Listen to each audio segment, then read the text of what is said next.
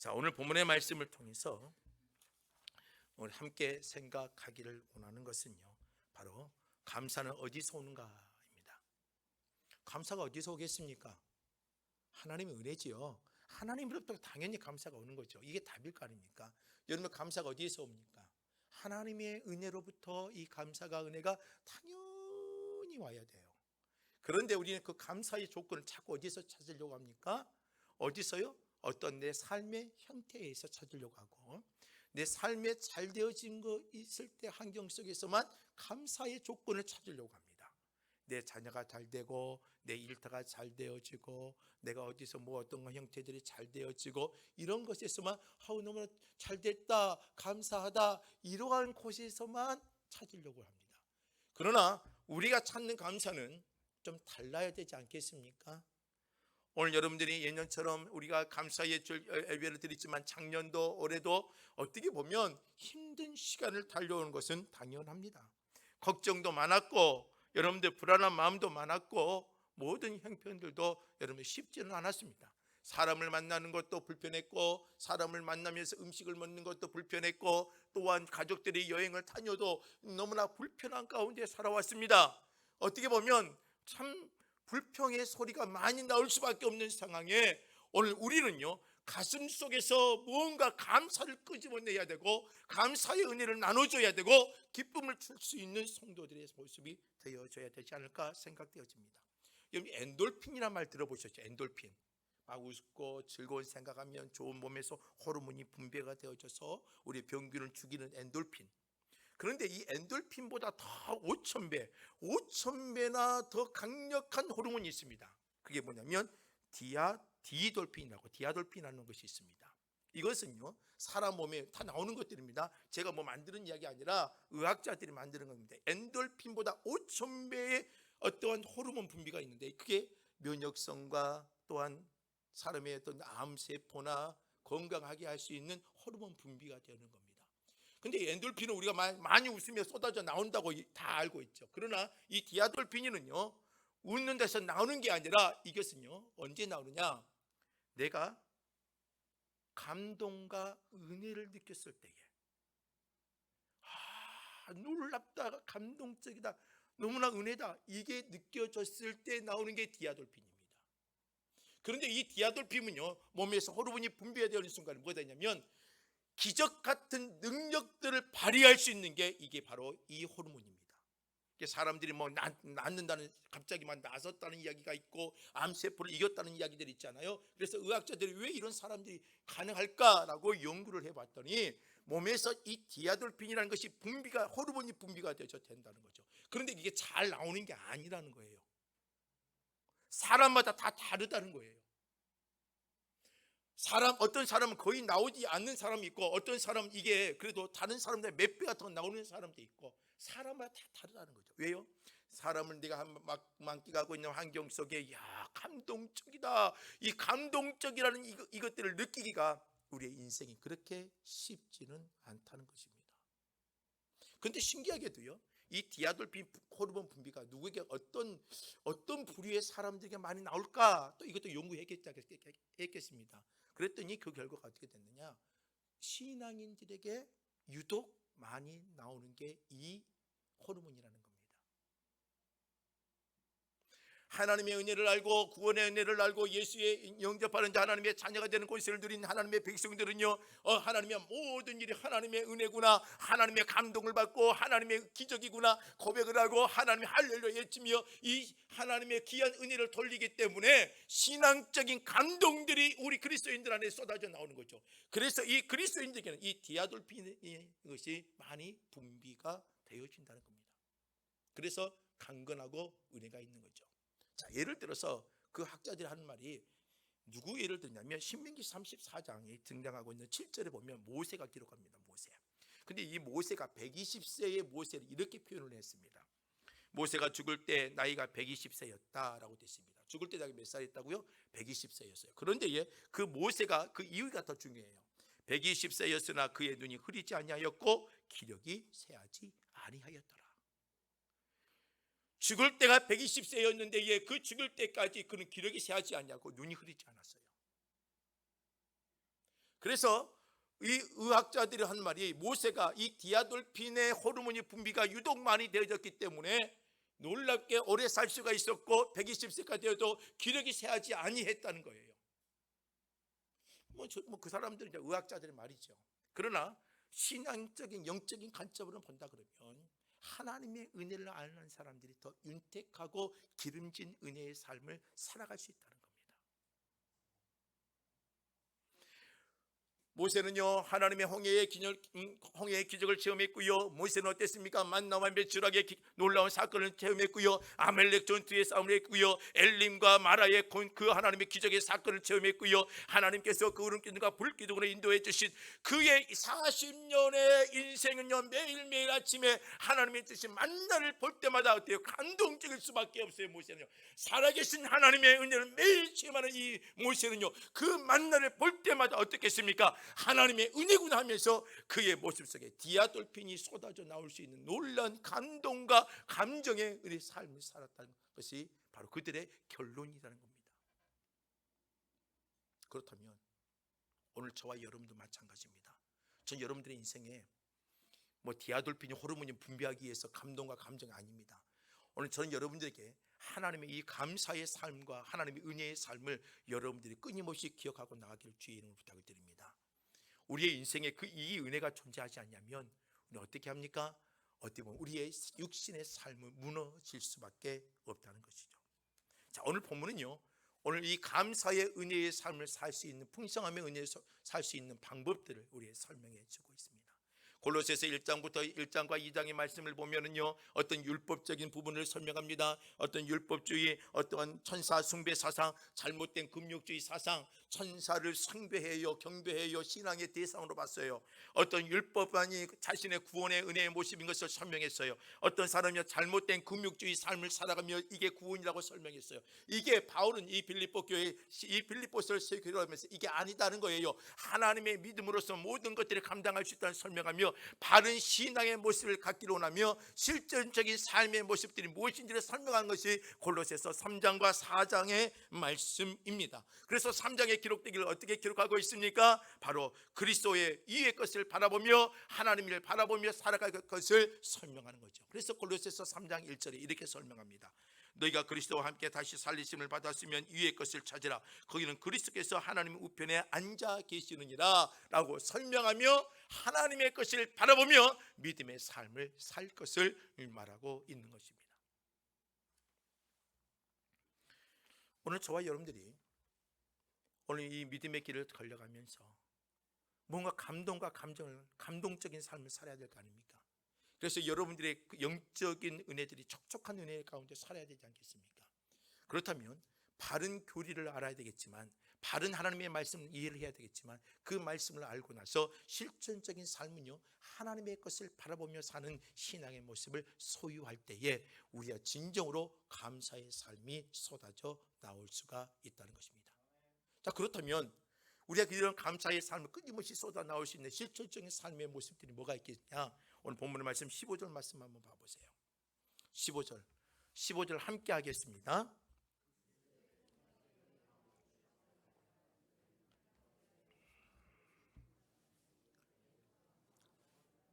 자, 15절 보니까는요, 우리가 하나님 감사의 은혜가 풍성하고요, 감사의 은혜가 넘쳐나고요, 위의 것을 바라보며 실존적인 믿음의 삶을 살아가고 하나님의 귀한 복된 삶을 살아가는 데에 중요한 게 뭐냐면 15절에 그리스도의 평강이 너희 마음을 뭐하게 하라? 추정하게 하라. 세상이 주는 평강을 말하는 게 아니에요. 물질이 줄 수 있는 평강, 여러분의 명예와 권력을 줄 수 있는 평강, 이걸 말하는 것이 아니라 그리스도가 줄 수 있는 평강의 은혜를 오늘 너희들의 마음과 심령을 강하게 주장하게 만들어서 너희들의 심령이 하나님의 은혜 안에 거하며 살 수 있으며 하나님의 감사의 삶이 넘치기를 바라고 있는 것입니다. 하나님의 주신 평강, 절대로 환경이 줄 수 있는 평강이 아닙니다. 성령의 위로와 하나님의 인도하심으로 오신 하나님의 평강입니다. 여러분, 예수님의 공적인 사역을 보십시오. 예수님의 제자들과 함께 갈릴리 호숫가를 타고갈 때에 그 배에 풍랑이 다가옵니다. 예수님께서 한쪽에서 주무시고 계셨을 때에 제자들은요 당황스러워하며 아주 호들갑을 떨며 죽겠다 죽겠다 하면서 다닙니다. 주님께서는 주무시고 계십니다. 그리고 그 배를 어떻게 했습니까? 어찌하여 두려워하느냐, 이 믿음이 적은 자들아 하며 그 풍랑을 잔잔케 하며 목적지에 도착하는 사건이 있습니다. 우리는요 상황에 따라 그들의 마음과 모든 것이 달려질 수 있습니다. 그런데 중요한 것은요, 오늘 저와 여러분들이 어떠한 상황이고 거친 파도가 있어도 오늘 저와 여러분들이 그 안에 주님이 함께 하신다면 그 거친 풍랑도 잔잔하게 할 수 있다는 확신들을 소유하고 여러분이 이 땅에 믿음의 모습들을 가지시길 주의 이름으로 부탁드립니다. 요동칠 수밖에 없어요. 여러분이 세상을 살아가는데 얼마나 걱정과 불안에 떱니까? 여러분들 코로나19 때문에 사람들이 얼마나 불안해하고 있습니까? 그러나 오늘 우리에게 중요한 것은요, 세상은 불안한 요소밖에 수없이 쏟아져 나올 겁니다. 코로나19가 어떤 종식이 된다 할지라도 또 새로운 바이러스가 나오고 새로운 어려운 환경들이 또 다가오겠지요. 그러나 그럴 때마다 우리는 불안해야 할 수밖에 없습니다. 그렇다면 우리는 뭐가 있어야 돼요? 주님이 주신 평강의 은혜가 우리의 마음을 좌우하고 움직여야 됩니다. 로마서 8장에 가서 보면은요, 하나님의 나라는요 세 가지로 설명합니다. 하나님의 나라는요 하나님의 의가 세워지는 것이요, 하나님의 나라는요 하나님의 평강이 임하는 것이요, 하나님의 나라는 하나님의 희락이 임하는 것이라고 되어 있습니다. 하나님의 나라가 임하면 그곳에 하나님의 법이 세워지고 하나님의 의가 세워지고 하나님의 평강이 세워지고 그 안에 하나님의 희락, 기쁨이 세워지는 것이 하나님의 나라입니다. 주님이 주신 평강은 바로 이겁니다. 하나님이 함께 하시면 여러분들이 주님이 주시는 느낄 수 있는 그 희락과 평강의 은혜를 누릴 수가 있다는 것입니다. 십자가를 지실 때 예수님의 모습을 보십시오. 십자가를 져야 한다는 사실을 알고 계시면서도 예루살렘으로 올라가셨습니다. 십자가를 그 고난의 길과 예수를 성난 군중들이 죽이려고 하는 그 수많은 사람들이 존재하고 로마의 권세가 있고 그 종교의 지도자들이 예수를 십자가에 못 박혀 죽이는 그 세력들이 눈을 벌겋게 뜨고 있어도 주님은 그 예루살렘을 향해 갑니다. 그리고 십자가를 지십니다. 당당하게 지십니다.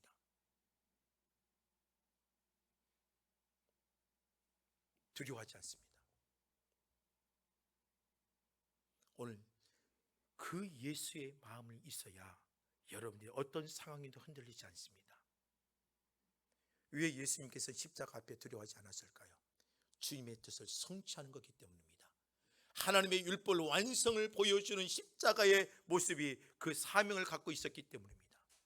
오늘 저와 여러분들 주님의 마음의 평강이 여러분들의 심령을 주장하게 한다는 것은 뭐냐면 하나님의 십자가의 의미를 알고요, 복음의 은혜를 알고 하나님의 뜻을 알고 달려가는 그 인생을 살아갈 때에 오늘 저와 여러분들 어떠한 상황 가운데서도 그 십자가의 평강의 길 가운데 거할 수가 있다는 것입니다.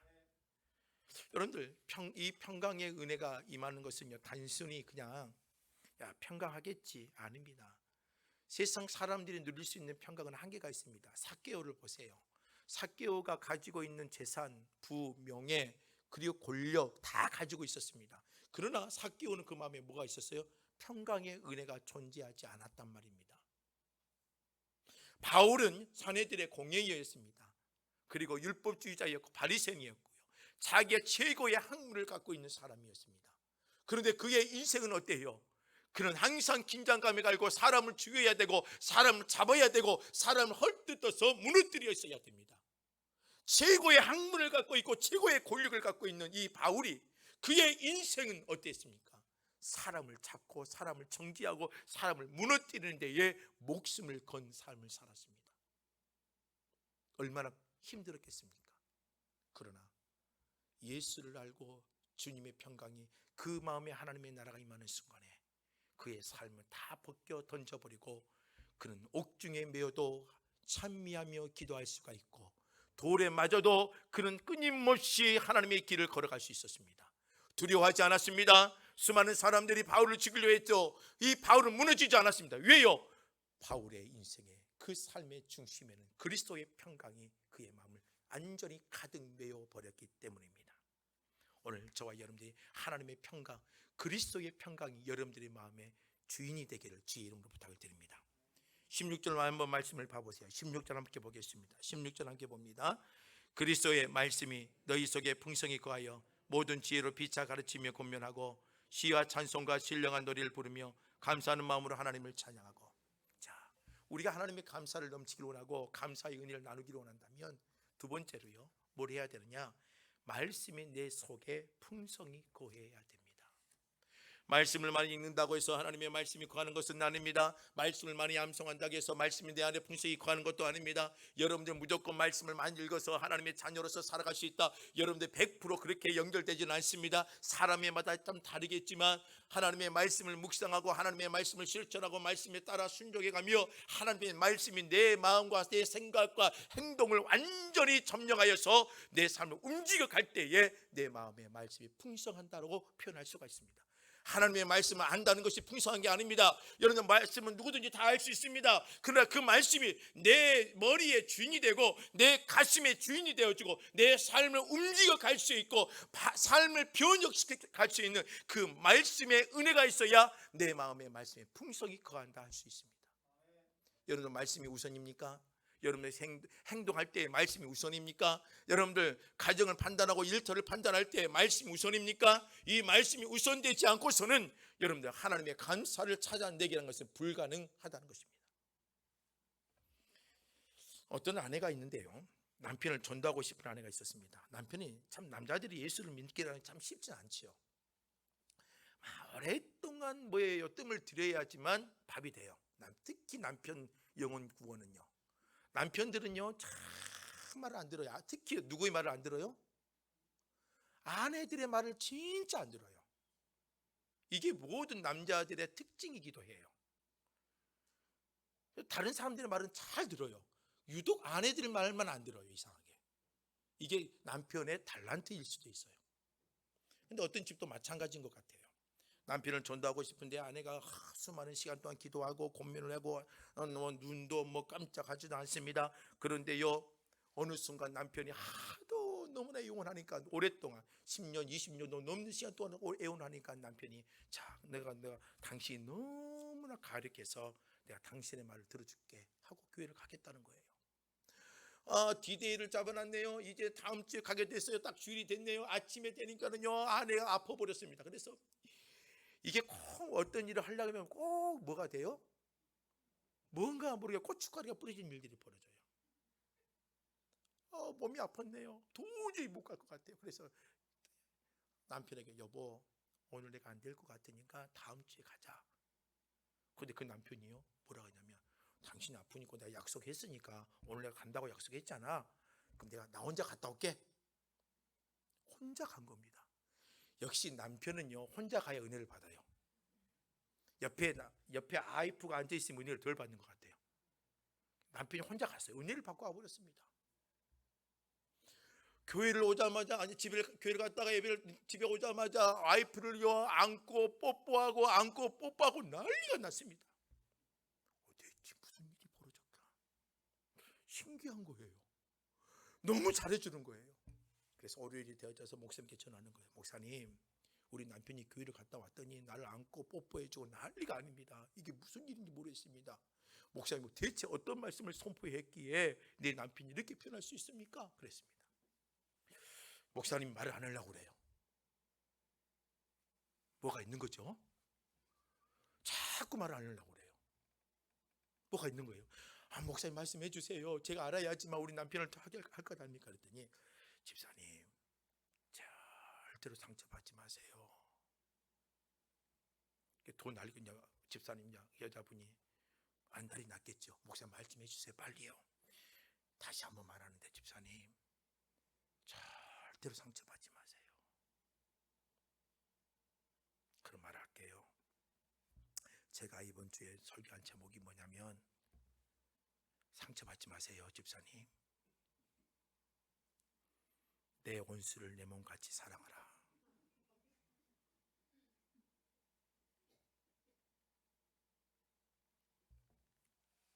원수가 누구였던 거예요? 그 남편의 원수가 누구였던 거예요? 그걸 떠나서 그 말씀 한번 듣고 그 원수를 사랑했다는 것 아니에요. 중요한 것은요, 남편이 안 갖고 온 건 아니라 말씀을 듣고 와서 했다는 것 아니에요. 말씀은 변합니다. 왜 말씀이 여러분들 가운데 풍성이 있어야 되느냐? 나를 변화시키는 건 사람이 아니에요. 여러분들의 마음 한 사람 한 사람을 변화시키는 사람이 아니란 말이에요. 이 추수감사주 예배를 드리는 데에 여러분들이 감사가 되고 은혜가 되려면 여러분들 심령 속에 여러분 하나님의 말씀이 풍성히 거하게 만들어야 돼요. 풍성히 거한다는 것은 뭐냐면 나를 변화시키는 그 하나님의 말씀이 살아 움직여야 된다는 거예요. 여러분들의 자녀, 여러분들의 남편, 여러분들의 아내, 여러분들의 교회 성도, 여러분들 내 손으로 바꿀 수 있을 것 같아도 절대 바꿀 수 없습니다. 내 가슴 속에 감사의 은혜를 꺼내고 싶습니까? 여러분들의 입술에 감사의 은혜를 나누고 싶습니까? 여러분들의 심령 속 중심에 하나님의 말씀대로 살아보십시오. 그런 여러분들의 마음을 변화시키시고 생각을 바꿔보십시오. 그렇다면 여러분들 감사의 조건이 그 순간부터 풍성해질 수 있다는 것입니다. 베드로를 보세요. 평범한 어부가 말씀이 들어가는 위대한 사도가 되었습니다. 사도 바울을 보세요. 핍박자였던 바울이 말씀이 들어가니까 이방인의 전도자가 되고 사도가 되어졌습니다. 여러분도 어때요? 하나님의 말씀이 들어가면 그 순간에 놀라운 변화와 역사를 임하는 겁니다. 이게 아무것도 아닌 것 같지요? 이게 무슨 말이야? 이게 이해가 되지 않을 것 같지요? 한번 여러분도 도전해 보십시오. 여러분들의 말씀을 붙잡고 기도하며 생각을 바꾸게 하시고 여러분들 가슴을 바꿔내 보십시오. 그 순간에 여러분들 가슴에서 꺼내는 것이 달라집니다.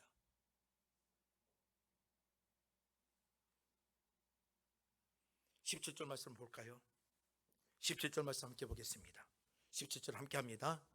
또 그 무엇을 하든지 말이나 일이나 다 주 예수의 이름으로 하고 그를 힘입어 하나님 아버지께 감사하라. 이 말씀을 여러분들 우리가 이대로 실천 못해요. 어떻게 실천하느냐? 무엇을 하든지 말이나 일이나 다 내 이름으로 하고 내 뜻대로 하고 내 마음대로 하고 그를 힘입어 자신 있게 나 잘했다 했다 자기의 영광만 가르는 것이 우리의 인간의 모습일 수 있어요. 오늘 우리의 심령 속에서 하나님의 은혜를 꺼내고 감사를 꺼내고 여러분들의 마음에 이 심령이 감사의 주머니가 되고 덩어리가 되려면 여러분들이 어때요? 말에나 일에나 다 예수의 이름으로 하는 거예요. 여러분들 예수의 이름이 임하는 곳에 왜요? 병자가 치유되어지고 예수가 이 이름이 임한 곳에 귀신이 쫓아나고 예수의 이름이 임한 곳에 어때요? 하나님의 기적 같은 일들이 벌어졌잖아요. 여러분 말에나 일에나 전부 다 예수의 이름으로 한다는 것은 뭐냐면 그 안에 치유와 회복과 기적의 은혜를 갖기 위하여 주님을 의지한다는 것입니다. 에레미야서 33장 2절 말씀에 보면요, 이 일을 행하시는 하나님, 그리고 그것을 만들며 성취하신 하나님이라고 표현하고 있습니다. 오늘 저와 여러분들의 삶의 도전에 하나님의 은혜와 감사를 만들어내기를 원한다면 말이나 일이나 예수의 이름으로 하십시오. 왜요? 그 일을 하시는 분은 여호와 하나님이시기 때문에요.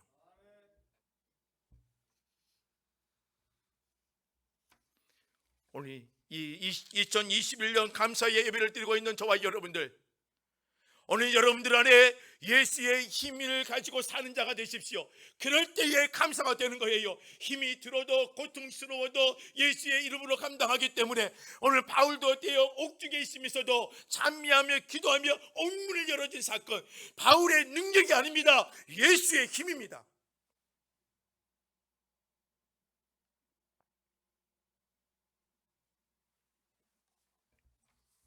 한 가지 이야기하고 마무리합니다만은, 어떤 목사님이 목회를 포기하려고 합니다. 너무나 힘들기 때문에. 그래서 마지막으로 삼배 목사님 찾아왔답니다. 목사님, 저 너무 힘들어서 못할 것 같아요. 모든 걸 다 접고 세상을 향해 일을 하고 가려고 그냥 평신도 사역으로 돌아가렵니다. 얼마나 힘이 들었으면 했겠습니까? 그 선배 목사님이 권면을 했겠지요. 권면을 하다가 이 선배 목사님이 은혜를 받은 거예요. 권면을 하다가 뭐라 권면을 했겠습니까? 십자가의 길은 사명이요, 십자가의 길은 은혜요, 하나님의 힘으로 해야지, 하나님의 힘으로 해야지, 힘으로 안 하니까 안 되지, 네가 즐겁지 않은데 성도들이 즐겁겠냐 하면서 막 계약적 그걸로 가지고 설명하다 보니까는요, 누가 은혜 받은 거예요? 본인이 은혜 받은 거예요. 내가 그렇게 못하고 있는데, 그 말을 끝내놓고 후배의 힘을 주고 나서 그 목사님은, 선배 목사님을 땅을 치며 회개했다고 합니다. 하나님, 내가 잘못했어요. 하나님, 내가 잘못했어요. 저 후배 목사를 보내주고서 나를 위해서 보내주신 건데 하면서, 내가 그렇게 하지 못하고 있는데 내 잘못입니다 하면서 그 순간부터 다시 하나님의 힘으로, 예수의 힘으로 하겠습니다 하며 돌아선 거예요. 지금까지 열심히 했던 그 선배 목사님이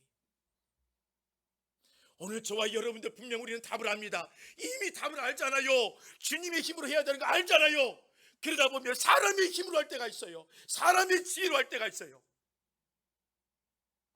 그러면 감사가 안 나와요. 어떠한 일을 하고도 감사가 안 나와요. 지칠 수밖에 없어요.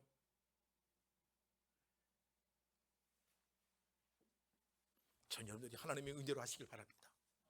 사람의 힘으로 하지 마세요. 제발. 사람의 감정으로 하지 마세요. 여러분들 가슴에 하나님의 은혜의 조건들을 뿜어내야 되잖아요. 여러분들 가슴에 손을 넣을 때마다 하나님의 기쁨을 나눠줘야 되잖아요. 그런데 우리가 내 자신의 가슴 속에 있는 이 감사의 주머니에 아무것도 존재하지 않는데 감사를 줄 게 뭐가 있어요? 우리가 자녀들에게 웃음을 줘야 되고, 자녀들에게 기도의 능력을 나눠줘야 되고, 다른 성도에게는요 하나님 예배의 은혜도 나눠줘야. 그런데 내 이 가슴 속에서 뽑아낼 것이 아무것도 존재하지 않는데, 이게 불평거리만 주면 어떻게 해야 됩니까? 실망거리를 주면 어떻게 합니까? 오늘 감사는 어디에서 나옵니까? 여러분들의 힘에서 나오지 않아요. 다시 한번 하나님의 주시는 그 평강의 은혜 가운데 가십시다. 내 마음이 하나님의 평강에 내 모든 걸 주장할 수 있도록 다시 한번 그리스도의 평강의 은혜를 누리십시다. 그리고 말씀의 충만함을 가지십시다. 그리고 말에나 일에나 예수의 은혜로 하십시다. 진짜 예수의 은혜로 사십시다. 우리 이름 석자 알려봤자 뭐 하겠습니까? 행복한 교회 몇 명 나온다 이걸 자랑해서 뭐 하겠습니까?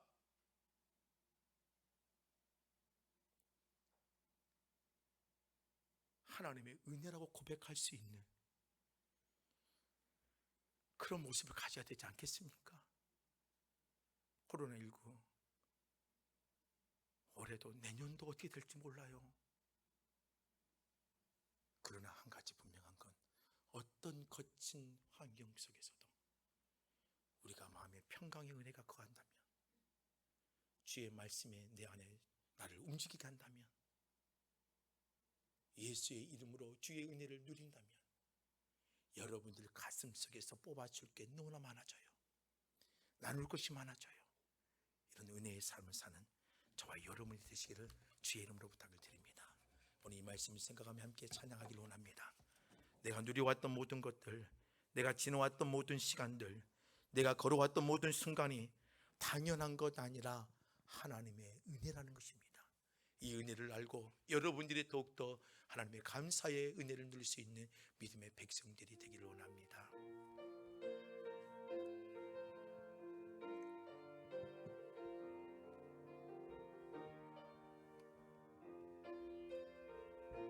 내가 누려왔던 모든 것이, 내가 누려왔던 모든 것들이, 내가 지나왔던 모든 시간도요, 내가 지나왔던 모든 시간이,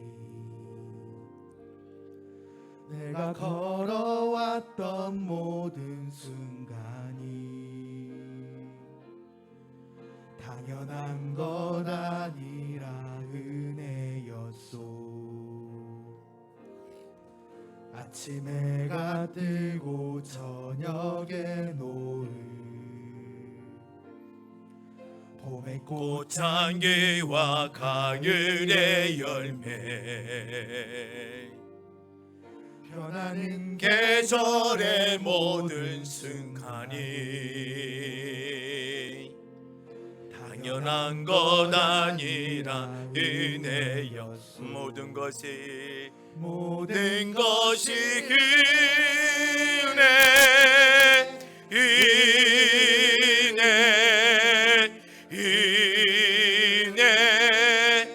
한없는 은혜 내 삶에 당연한 것 하나도 없었던 것이 모든 것이 은혜 모든 것이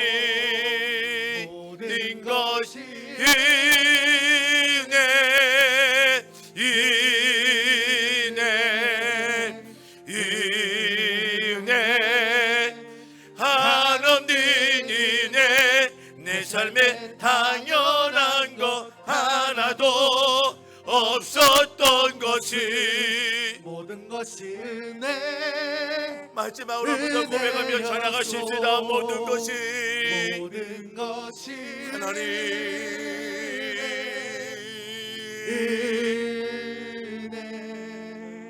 은혜 한없는 은혜 내 삶에 당연한 것 하나도 없었던 것은 모든 것이 은혜 아멘 아멘 아멘 은혜였소. 우리는 어떻게 보면 내 힘으로 살지 않았을까요? 거친 파도를 내 힘으로 감당해 보려고 하지 않았을까요? 전 여러분들 마음에 진짜 예수님의 평강의 은혜가 여러분들 마음을 주장하기를 원합니다. 그리고 그 말씀이 여러분들의 삶의 주인이 되기를 원합니다. 그리고 예수의 이름으로 한번 해보십시다. 예수의 이름은요, 기적이 있고 변화가 있고 치유가 있고 회복이 있어요. 모든 거 예수의 이름으로 한번 해보십시다. 그렇다면 여러분 가슴속에서 뽑아내는 게 하나님의 은혜요, 감사라고 고백이 내어질 수 있습니다. 저는 그러한 은혜가 여러분들 안에 있기를 원하고 여러분들 그러한 고백을 가지고 사는 성도가 되기를 원합니다. 이런 마음을 가지고 우리 조그마한 목소리로 함께 기도하기를 원합니다. 기도하겠습니다. 하나님 아버지 하나님, 우리를 지키시고 은혜 내려 주옵소서. 하나님, 주님의 평강인데 우리의 마음을 주장하게 도와주시고 하나님의 은혜가 넘쳐나게 도와주시고 말씀이 우리를 주장하게 해주시고 주인이 되게 하여 주옵소서. 아버지 하나님 아버지 도와주시길 바랍니다. 하나님 아버지 함께하여 주시길 바랍니다. 하나님 아버지 주님, 이 믿음의 성도들 얼마나 힘들게 살아왔습니까? 하나님 얼마나 힘들게 달려오고 있습니까? 하나님 다 지켜주시고 은혜 내려주시고 이들에게 하나님의 평강과 말씀